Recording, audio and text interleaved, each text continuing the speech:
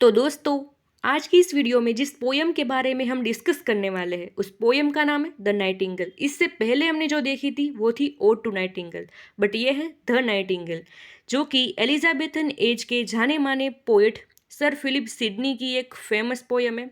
और उनका कलेक्शन है डिफेंस ऑफ पोएसी, जो कि 1595 में पब्लिश हुआ था। तो उसी कलेक्शन में से ये पोयम द नाइटिंगेल ली गई है। इस पोयम को समझने के लिए एक हिस्टोरिकल कंटेक्स्ट जानना ज़रूरी है, तो उसी के ऊपर ये पोयम पूरी बेस्ड है। तो हिस्टोरिकल कंटेक्स्ट क्या है? दो कैरेक्टर है यहाँ, फिलोमेला और टेरियस। तो फिलोमेला मेन प्रोटागोनिस्ट है, उसी को एड्रेस करके पूरी पोयम में चलती है। तो फिलोमेला और उसकी बहन थी, नेचर की काफ़ी अच्छी थी। अब उसकी बहन की शादी टेरियस नाम के एक बंदे से होने वाली थी, लेकिन ये टेरियस नाम का जो इंसान है वो फिलोमेला से प्यार करता है, इतना ज़्यादा प्यार करता है कि एक दिन इसका रेप करता है। तो इसीलिए फिलोमेला को काफ़ी बुरा लगता है और सबको बताने के लिए वो ट्राई करती है, लेकिन ये टेरियस है फिलोमेला की ज़ुबान काट देता है, इसलिए वो किसी को कुछ नहीं कह पाती। लेकिन फिर भी क्लेवरनेस का यूज़ करके फिलोमेला उसकी बहन को बता देती है सब बारे में। तो इसीलिए इसी दर्द को अंदर से वो बाहर निकालने के लिए गा रही है, कुछ सॉन्ग कह रही है। तो पोएट क्या कहते हैं कि तुमसे कोई तो प्यार करता है, भले ही थोड़ा सा ज़्यादा हो गया टेरियस का प्यार, लेकिन कोई तो तुम्हें प्यार करता है, लेकिन मुझे देखो, मुझे कोई प्यार नहीं करता है। तो इसी दर्द के साथ फिलिप सिडनी ने यह पूरी पोयम लिखी है।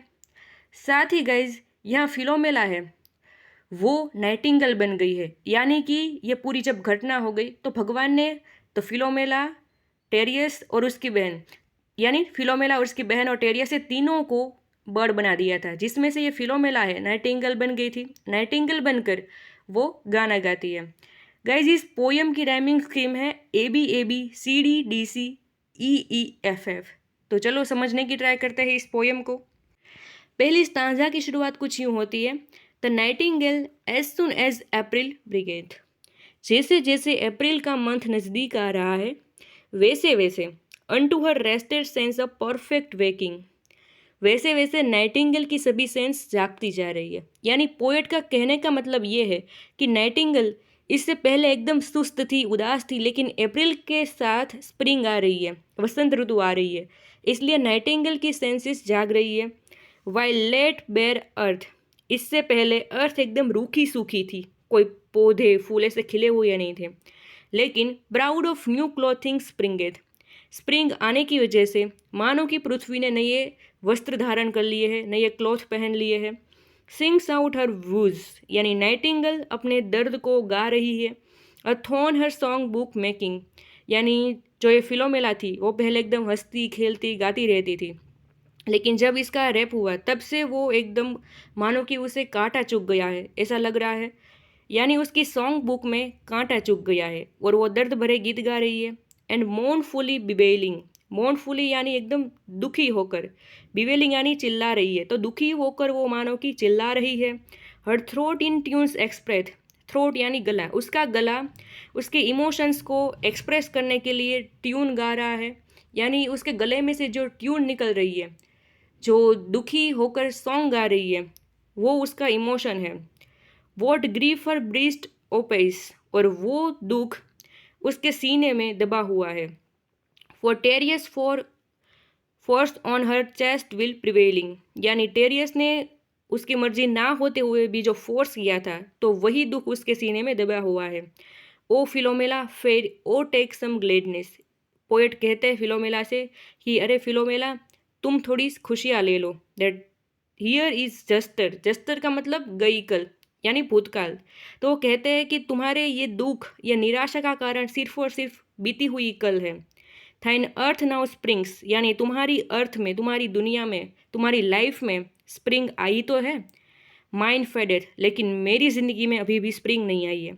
यानी वो कहते हैं कि टेरियस तुमसे प्यार करता है, भले ही थोड़ा सा ज़्यादा हो गया, तुम्हारा रेप हो गया, लेकिन फिर भी वो तुमसे प्यार तो करता है तुम्हारी लाइफ में, यानी स्प्रिंग तो आई है, लेकिन मेरी लाइफ अभी भी फीकी है।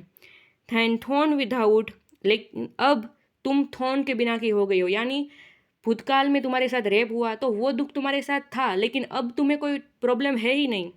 लेकिन माई थॉर्न माई हार्ट इन्वेड, लेकिन मेरे दिल में अभी भी कांटा चुभ रहा है।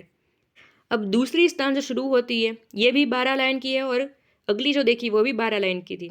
Alas she hath no other cause of anguish, anguish यानी दुखी। तो दुखी होने के कारण में टेरियस ने उसे जो रेप किया था, फोर्स किया था, तो उसके अलावा कोई कारण है ही नहीं। बट टेरियस लव यानी टेरियस के सिवा, on her by strong hand broken, यहाँ ब्रोकन नहीं है ब्रोकन है।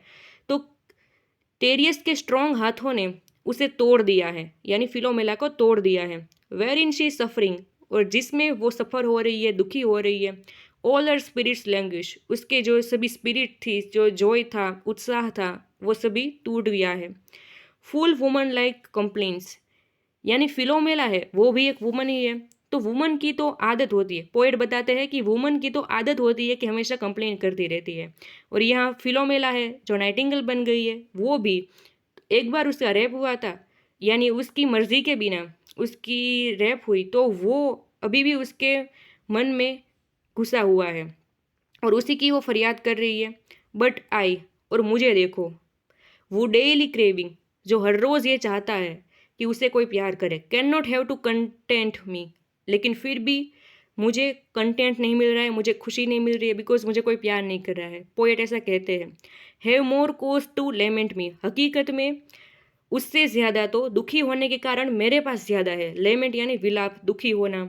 Since wanting is more woe than too much having, यानी हमारे पास किसी चीज़ का ज़्यादा होना वो दुख नहीं है, लेकिन किसी चीज़ की कमी हमारे लिए दुख का कारण है। ओ फिलोमेला फेड ओ टेक सम ग्लेडनेस, अरे फिलोमेला थोड़ी सी खुशियाँ ले लो, यानी थोड़े से खुश हो जाओ। That here is jester cause of painful sadness, यानी तुम्हारा जो भूतकाल है, गई कल है, जस्टर यानी गई कल है, वही तुम्हारे दुख का, सैडनेस का कारण है। थाइन अर्थ नाउ स्प्रिंग्स, लेकिन तुम्हारी जो अर्थ है उसमें स्प्रिंग तो आई है, माइंड फेडेड, जबकि मेरी लाइफ अभी भी बिना प्यार की रुखी सुखी है। थाइथॉन विदाउट, तुम तो अब कांटे के बिना की हो गई हो, बिकॉज दुख था वो तो भूतकाल में था, अब तुम्हें क्या कोई प्रॉब्लम है। माई थॉन माई हार्ट इन्वेडेड, जबकि मेरे दिल में अभी भी कांटा चुभ रहा है। गाइज, इसका एक्सप्लेनेशन आपको अच्छा लगा हो तो वीडियो को लाइक और शेयर कीजिए और चैनल को सब्सक्राइब कर दीजिए, बिकॉज इस चैनल पर इंग्लिश लिटरेचर के यूजफुल वीडियोज़ अपलोड होते रहते हैं। Thank you.